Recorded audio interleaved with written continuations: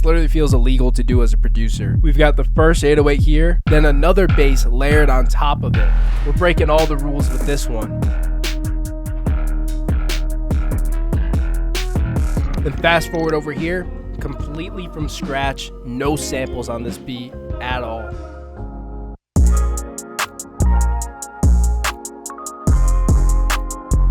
That's just a sneak peek of some of the production techniques used on A$AP Rocky's new album, Don't Be Dumb. Today I'm going to be breaking down the songs in the project by making 2 beats which are directly inspired by it. And by the way, this is coming from a guy who knows a thing or two about A$AP Rocky type beats. So that being said, let's get into it. Starting out with that first trap beat, a lot of the songs in this album don't have your typical trap chords or counter melodies. It's usually just one weird lead melody or repeating sound, or minimal melody at all. From there, I laid down 2 synths playing the same simple melody.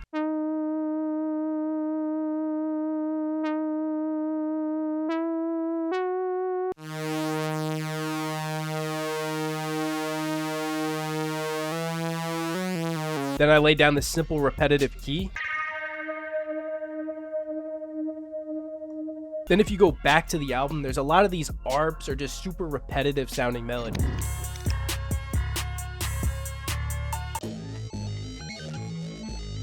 So I just laid down this.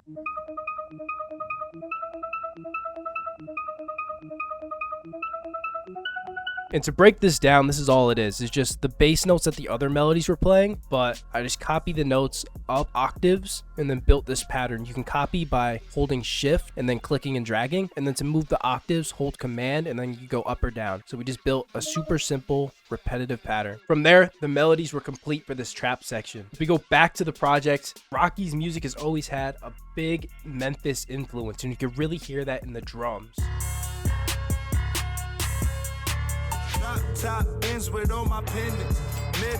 So I just laid down some drum sounds for my Metamorphosis kit, as well as a hat MIDI from the Metamorphosis kit. Some key reminders for Memphis drums that it's about hard-hitting kicks and snares. They're not overly filled up. There's not too many crazy extra perks and stuff in there. Now, if we go back to Helicopter, take a listen to these 808s. You can hear it's like this slap bass, which is commonly used in Memphis beats again. But if you listen again, you can still hear like the low end presence of an 808 in there. It's not just a slap bass. So I first went in and laid down the slap bass pattern. Then I copied it over to the 808, but notice in the 808 pattern, there's actually a bit more going on. And that's because if we go back to the album, a lot of the songs had these very crazy and busy 808 patterns. Look, these bitches, they talk too much like such and such. Rory car alarm going off. Drive it like it's stolen. So I lay down this 808, which is a bit busier.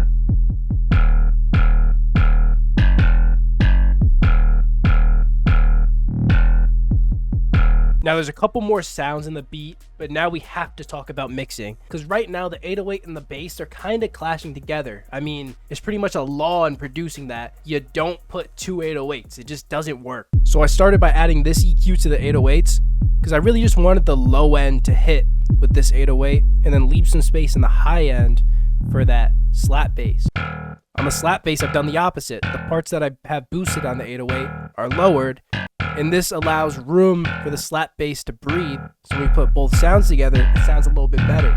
Other than that, these sounds are practically unmixed. When you're using good drum sounds already, you don't have to add any crazy effects. So that brings me to structure of this first part of the beat. A lot of the Rocky songs in this album, they had percussion loops in the background. And I use this throughout the beat to just fill in space and really give some life to it. I got a bunch of percussion loops inside of the Metamorphosis kit as well. So I just dragged and laid down this one.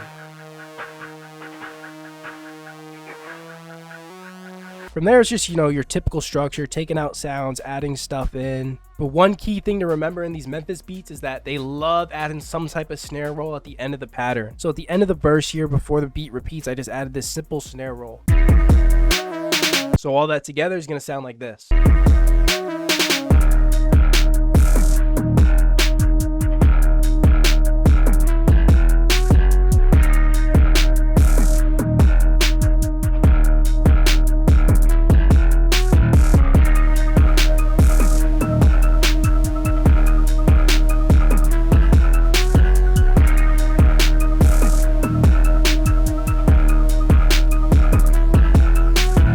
that brings us to our next part of the beat, the chill, soulful, and melodic sound. But before we get into that, and before I show you how I made this without samples,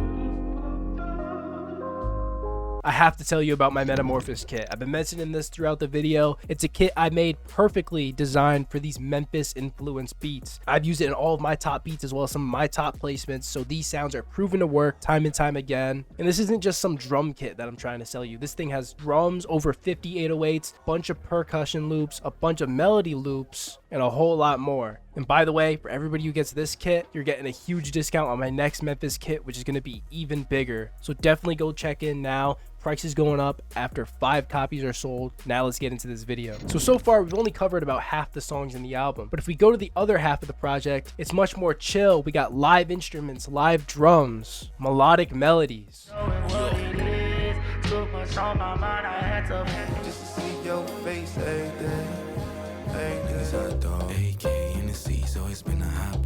I believe I showed the sample in another video, so I'm not going to spend too much time on it, but this is what we're breaking down.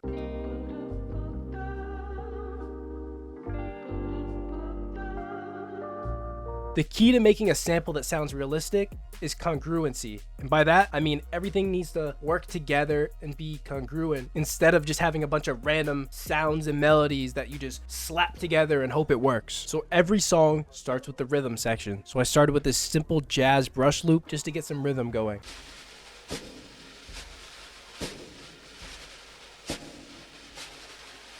And since we're going to be adding our own drums on top of the sample, that's super just tucked in the background, filtered out, but it's just there for reference for making the sample.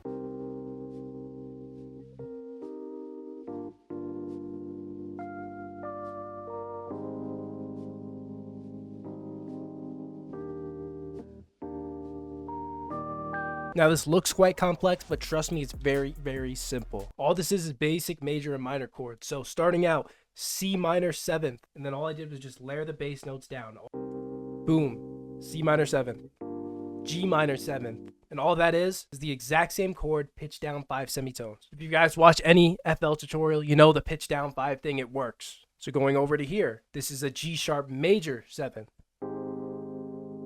but we have this inversion. This looks complex, but all it is just that major chord, and then boom, that's down 1 octave. Then we go over here, D sharp major 7th, which guess what? This was a G sharp major 7th, down 5. 1, 2, 3, 4, 5. Same exact chord, except this G is just up an octave, so it can fit a little bit better in the mix. And then this chord right here is just a D sharp major 7th again, except boom, A sharp is down an octave. So it's very simple chords, just messing with the inversions and then messing with the rhythms to make it sound much more complex than it actually is. Because if we go back to the chord progression, it's not those few chords just playing in a row. It's those chords with different melodies on top of it with different rhythms. So boom, C minor 7th. Again, just with a little rhythm change here, which completely gives it a new vibe. Then followed by a double instead of just one with this top line. Pausing at that top line, it's literally just the notes and the chords going down. All I'm doing is taking our chords and just playing them in more unique ways than just playing them straight. Same rhythm change as the first chord. This is just an inversion again. And just the top line which follows notes in the chords once again. And I kept this one super simple. Usually I add a bunch of different sounds, but from here I just added a bass.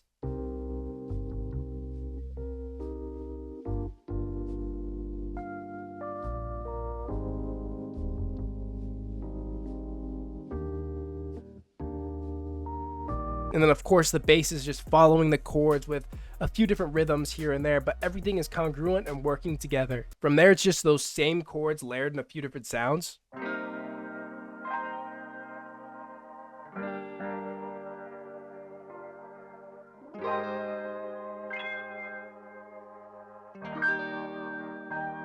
But what makes it sound more realistic is that I played everything differently. I didn't just copy paste the same MIDI over. For example, this piano's playing a lot of just octaves of the same chord rather than what the Rhodes was doing, where it was like it was on the same octave, but then like these notes were moved over a little bit, playing a different rhythm. So each sound has its own variation of the chord progression. Then from there, it's just about adding a couple lead melodies to tie it together. So you have a nice backing track now, but now we just need that memorable part. So for the main part, it's just a spliced vocal.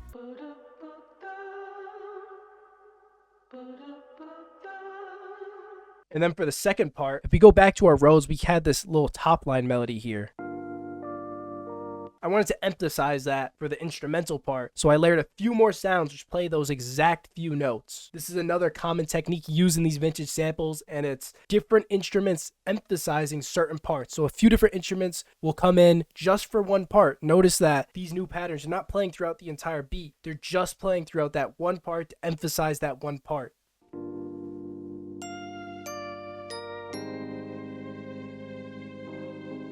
And then for those wondering, this is the key to the masters, this rabbit tape. This gives it that gritty, vintage, kind of warped sound. So I first sped the sample up a bit, pitched it down, and now we have this.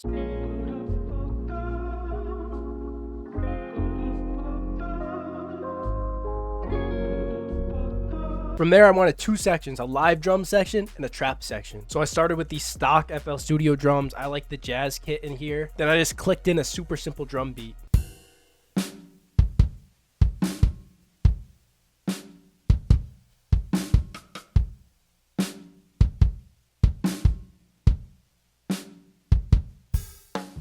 Now, when making these real drum beats, you got to think of like how an actual drummer would play. There's certain things that wouldn't happen like when you're clicking in stuff. Some stuff is just impossible to play in real life. So if you don't really know anything about drums, just go look at other drummers, look at videos of drummers and get a feel for how they play, common rhythms and beats and fills, and then try and craft your drum beat like that rather than just going in and clicking in a bunch of random stuff. From there, I added a bunch of compression. This is just the drum preset. I added saturation knob to distort it. Then I added this EQ to put it in the background. Finally, I found this ride sample on Splice. And that's just super quiet, super in the background, just to give some more life to the drums. They're a bit empty right now. So the first section of this section of the beat sounds like this.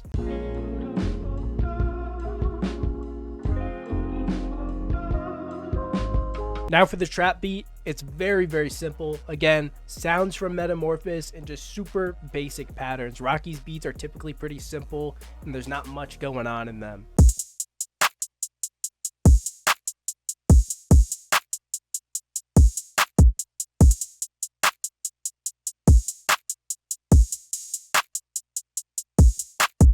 A tip for you when you're laying down your kick pattern is to pay attention to the chords in the sample. For example, notice right here I have these two kicks, two beats in a row. Listen to the chords in the sample. It plays that same rhythm.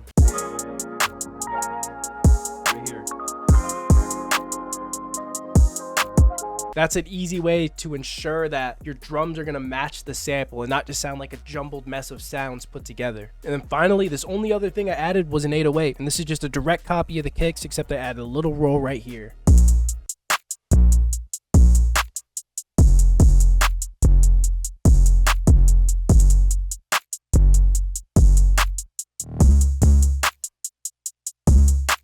And a lot of people ask, how do you figure out the 808 notes of the sample? I made this sample, so it was much easier. But the truth is, I just do it by ear. There is much better ways to do this. Like you could use Edison, you can use that wave candy thing. The way I do it is I throw an EQ on the sample, make it so you can only hear the bass. Then I go in, pitch the 808s up, and figure out the note.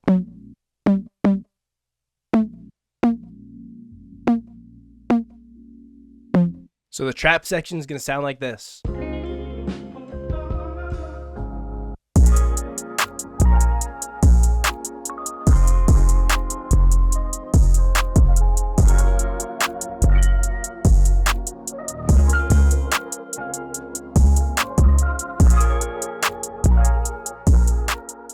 So that's my take on Don't Be Dumb. Hope this video helped you. Get Metamorphosis. 5 copies. It's going up. See you guys in the next one.